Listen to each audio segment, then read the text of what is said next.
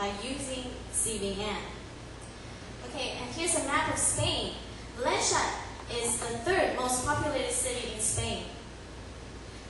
And in Valencia, the park study is called El Jardín del Turia, and it's considered the green backbone of the city because of its transversal layout from west to east. And it's adjacent to 9 of the 19 districts in the city. And this park is divided into 10 sections, and the sections differ both in the landscape and in the services that they offer to the visitors. Okay, the time of the survey was in spring 2005, and face-to-face interviews were conducted by 10 well-trained interviewers. How many is stop? Did you hear the number of the conductors here? How many? 10 interviewers. Why? Everybody can get a number of participants. Yes, wow. And because there are so many different sections of the park. Okay, and open-ended approach was used, and the payment vehicle was an annual increase in local taxes. And the sampling was stratified, which means that the quotas were established according to the demographic structure of the population in order for the sample to best resemble the entire population of the city. Okay, and the valid questionnaires collected were 1,455. Okay, and the weight assigned to each section of the park was calculated by considering the population of the adjacent of the surrounding districts, and also by the services that they offer to the visitors. So, for example, this section on the slide receives the most a large number of visitors because it has a lot of museums and exhibition facilities. So how many people visited here? The number of the interview? The weight assigned to this park is larger because it has a lot of museums and exhibition facilities. Okay, there are 3 sections in the questionnaire. The first section involves attitudinal questions to prepare the respondents for more difficult questions later. And basically, this section asks respondents' behavior and different uses of the park. For example, the first section. For example, the frequency or the duration of their visits, or also the activities that they participate in. And in the second section, the second section focused on valuation question. So the exact question, now I want to ask you how much you would be willing to pay each year in extra property taxes, considering the whole array of benefits that you receive every time you visit the park. So this is an open-ended question. Okay, the third section includes demographic and economic questions. Okay, and as for the theoretical model, the equation for the indirect utility function looks like this, where x is a vector of private goods, and the quantity demanded of private goods is a function of prices, income, and the provision or quality of environmental commodities.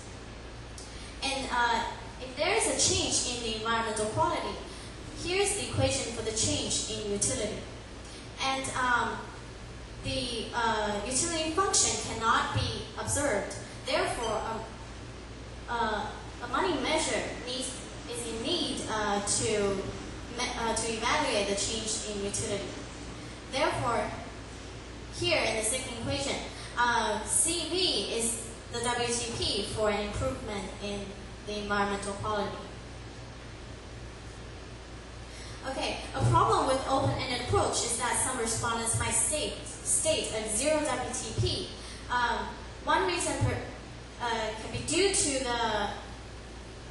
the fact that it does not enter the preference function, or they may be unfamiliar with having to pay for the product.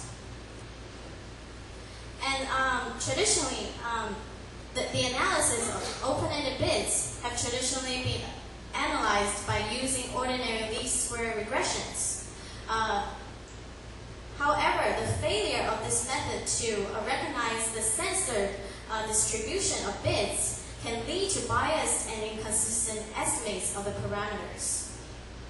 And you can refer to page 244. I have marked the descriptions of different models that I will explain in this presentation. Okay, to solve the problems with ordinary least square regressions, a Tobit model can be used. However, this model only allows for one type of zero observations, which is called corner solution. And it assumes that participants refuse to pay only because of their economic circumstances.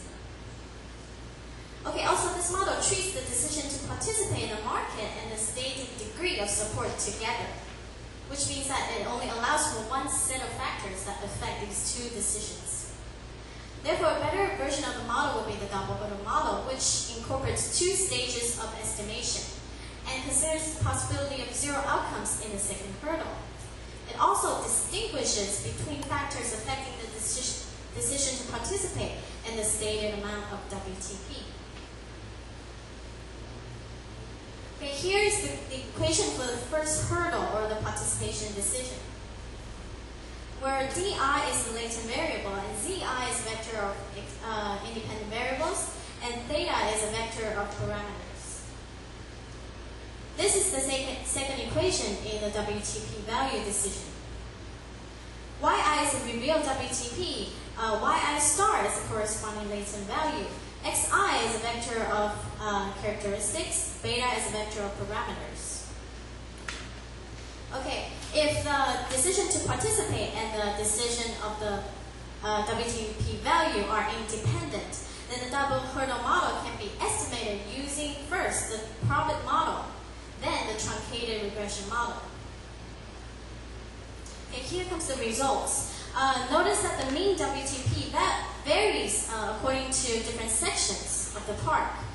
And some have a higher mean WTP than others. And the reasons might be because that they provide different services to visitors. For example, these two sections of the park are the only ones that provide sporting facilities to the visitors. And the reason for the high value of this section might be due to the exuberant vegetation in this area. And whereas for this section of the park, the low mean WTP value may be due to the reason that it's located near the lowest income areas of the city. Okay, and mean WTP for the full sample is 7.6 euros. Okay, here is the table for the current expenditure on the maintenance of the gardens and parks.